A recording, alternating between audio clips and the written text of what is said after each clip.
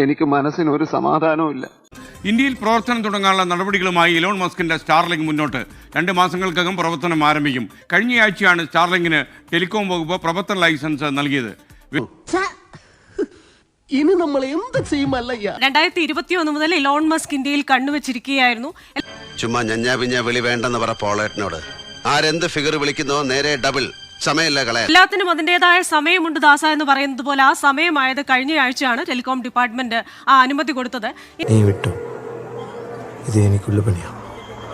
സാധാരണ നമ്മുടെ ജിയോ സാറ്റലൈറ്റ് ഉപയോഗിക്കുമ്പോൾ അതിന്റെ ആ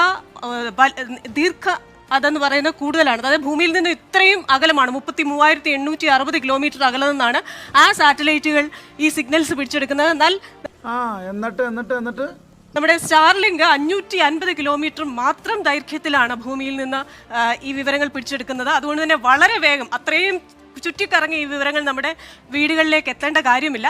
ഇനി നമ്മൾ ഇതിന്റെ ഒരു പ്രതിമാസ തവണകളിലേക്ക് പോയി കഴിഞ്ഞാൽ 33,000 രൂപയാണ് നമ്മൾ ഈ ഡിഷിന് ചെലവാക്കേണ്ടത്.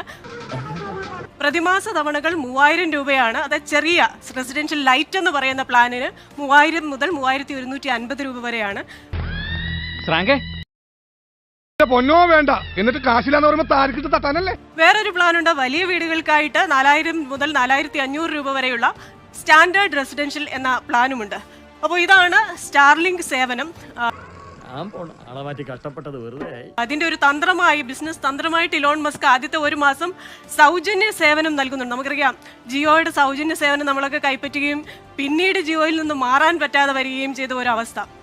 അതുകൊണ്ട് കൃത്യമായി ആലോചിച്ച ശേഷം ഈ പ്രതിമാസം 3,000 രൂപ അല്ലെ 4,000, 4,500 രൂപ ചെലവാക്കാൻ നമുക്കുണ്ടോ എന്നതിന് ശേഷം സ്റ്റാർലിങ്കിലേക്ക് പോവുക.